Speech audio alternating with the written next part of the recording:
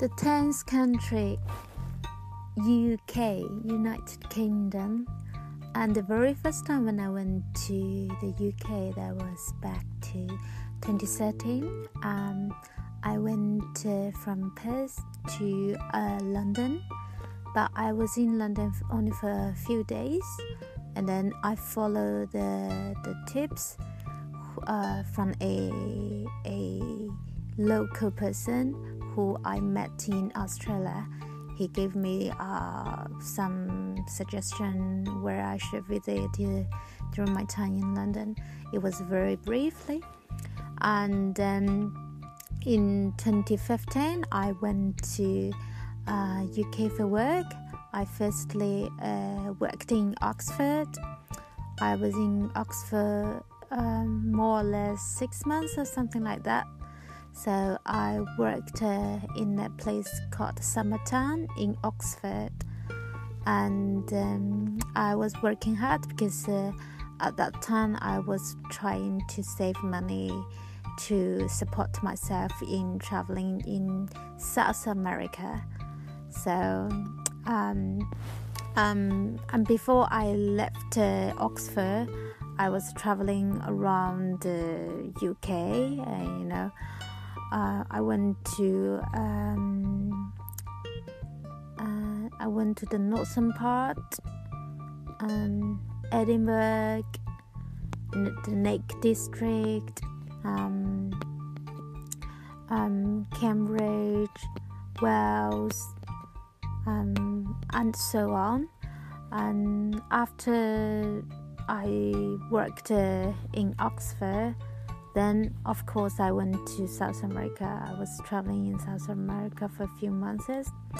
And then I returned back to London in 2016. And then I worked in London. London is one of my favorite cities to live in Europe. And I totally agree that if you're ever tired about London, you are tired about life. And I was working hard as well because, to save money for some other ongoing trips. And then I enjoyed my life in London. I was working in a Chinese restaurant. It's like a takeaway shop. And it was based in Stratford in the East London. And then every week, despite I got one day off, I was still go around the UK and travel around, and then went to Liverpool, Manchester, went to Cornwall. I really much wanted to learn how to surf in, let's say, Newquay, which was a part of Cornwall. But the summer in the UK is really short, and I'm very scared about the water will be cold if I learn surfing there.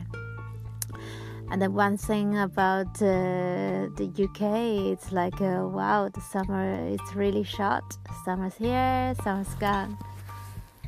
And there's one part I still haven't visited in the UK, which is some other part where near the north. So I would like to cover that in the future. And I feel like London is a lovely city.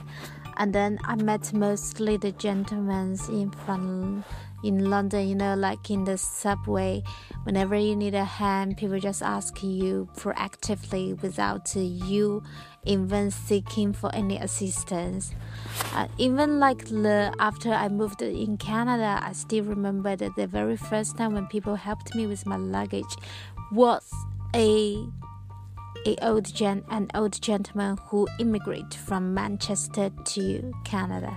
That was impressed. So who doesn't like a gentleman style, right? And then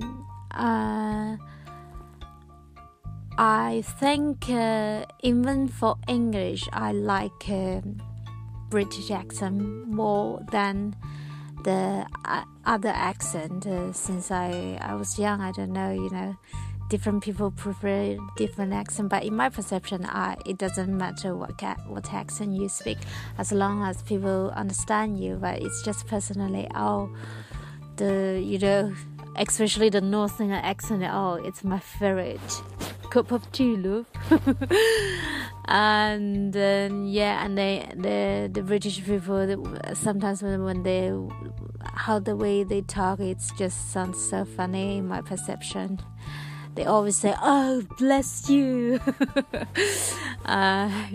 It's so funny, and I enjoyed my work in London and my life, because you can always visit the theater. I watched my very first theater in London, and then there's like such a great experience if you are fancy about classic music. Every year in Albert Hall there's BBC porn going, and that's super awesome. And then there's also some surround the suburb you can discover around London, and then the transport is so easy to access, because I still remember I was traveling around the UK with the National Express, because by that time I think I was younger than 27, so I still can have like a youngster ticket, so that was good for me.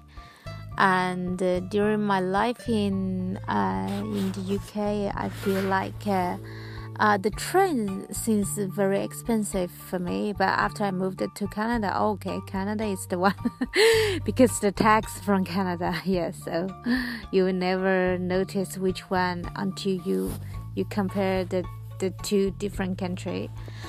And then I would thank so much for the UK that offered me the great opportunity, because this is the first country while I was living abroad, but at the same time I got a lot of time to discover the country, because it's not a huge as Australia, like from one side to another side it takes a long time. But in the UK I can just do a day trip, because normally while working I only got like 1 day off.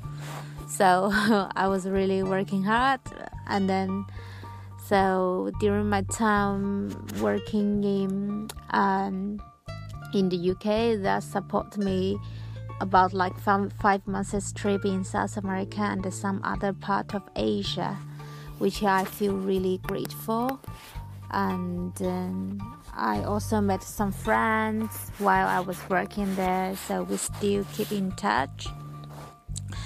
And London is always my favorite city in Europe, and I'm a Prima girl, because I love Prima so much, because Prima offered me this opportunity to have a different style with a really budget option while traveling in different countries, because as girls you don't want to look at the same clothes while you were traveling in different countries. So I'm a big fan of Primark, and there are a lot of things I like about UK, and I really miss it.